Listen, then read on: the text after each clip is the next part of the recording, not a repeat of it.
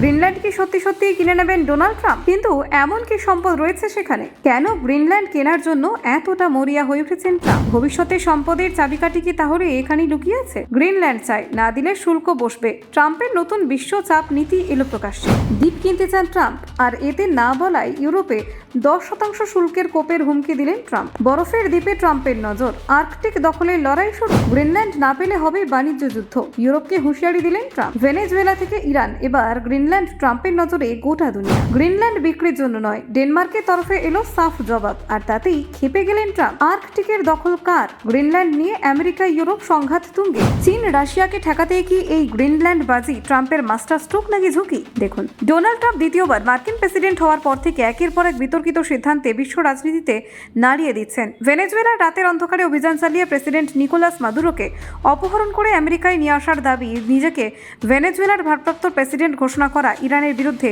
সরাসরি হামলার হুমকি, সব মিলিয়ে ট্রাম্প যেন আর কোনো কূটনৈতিক নিয়মকানুন মানতে রাজি নন। এবার তার নজর পড়েছে পৃথিবীর সবচেয়ে বড় দ্বীপ গ্রিনল্যান্ডের দিকে। শুনতে অবাক লাগলেও ট্রাম্প প্রকাশ্যেই বলেছেন তিনি গ্রিনল্যান্ডকে কিনতে চান। প্রশ্ন উঠছে, আধুনিক বিশ্বে কি সত্যি কোনো দেশ বা দ্বীপ কিনে নেওয়া যায়? গ্রিনল্যান্ড কোনো পরিত্যক্ত ভূখণ্ড নয়, এটি ডেনমার্কের অধীনে একটি স্বশাসিত অঞ্চল। ফলে চাইলেই কোনো বিদেশি রাষ্ট্রপ্রধানের পক্ষে এমন দাবি তোলা সহজ নয়। গ্রিনল্যান্ড কর্তৃপক্ষ প্রথম থেকে এই প্রস্তাবের আপত্তি জানিয়েছে। ডেনমার্ক স্পষ্ট করে জানিয়েছে গ্রিনল্যান্ড বিক্রির জন্য নয়।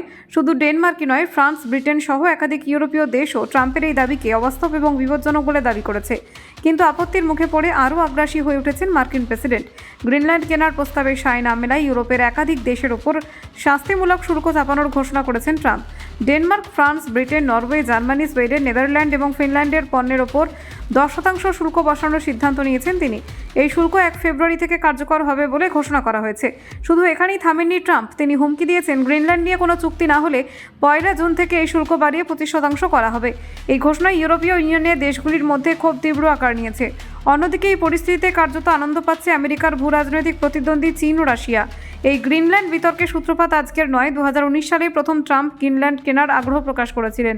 তখন ডেনমার্কের প্রধানমন্ত্রী স্পষ্টভাবে বলেছিলেন গ্রিনল্যান্ড বিক্রির জন্য নয়। সেই উত্তরে ক্ষুব্ধ হয়ে ট্রাম্প ডেনমার্ক সফর বাতিল করেছিলেন। অনেকেই তখন এই ঘটনাকে হাস্যকর বলে উড়িয়ে দিয়েছিলেন, কিন্তু বাস্তবে এই প্রস্তাবের পেছনে ছিল গভীর ভূরাজনৈতিক হিসেব। গ্রিনল্যান্ড পৃথিবীর সবচেয়ে বড় দ্বীপ হলেও সেখানে মানুষের সংখ্যা মাত্র 56,000-এর মতো। বরফে ঢাকা এই দ্বীপটি ডেনমার্কের অধীনে স্বশাসিত অঞ্চল হলেও ভবিষ্যতে বিশ্ব রাজনীতিতে এটি অত্যন্ত গুরুত্বপূর্ণ জায়গা দখল করতে চলেছে। ভৌগোলিক অবস্থানই গ্রিনল্যান্ডের সবচেয়ে বড় শক্তি। এটি উত্তর আমেরিকা এবং ইউরোপের মাঝখানে আর্কটিক অঞ্চলের কেন্দ্রে অবস্থিত। জলবায়ু পরিবর্তনের ফলে গ্রিনল্যান্ডের বরফ গলছে, খুলে যাচ্ছে নতুন শিপিং রুট। এই নতুন আর্কটিক বাণিজ্য পথ কম সময়ে ও কম খরচে পণ্য পরিবহনের সুযোগ এনে দেবে। এই দেশ রুটগুলির নিয়ন্ত্রণে থাকবে। ভবিষ্যতে বৈশ্বিক বাণিজ্য তার প্রভাব হবে বিপুল। ট্রাম্প এই সুযোগ হাতছাড়া করতে চান না। তার মতে গ্রিনল্যান্ডের নিয়ন্ত্রণ মানে ভবিষ্যতে বাণিজ্য পথের ওপর দখল। ব্যুরো রিপোর্ট, অজানার দেশে।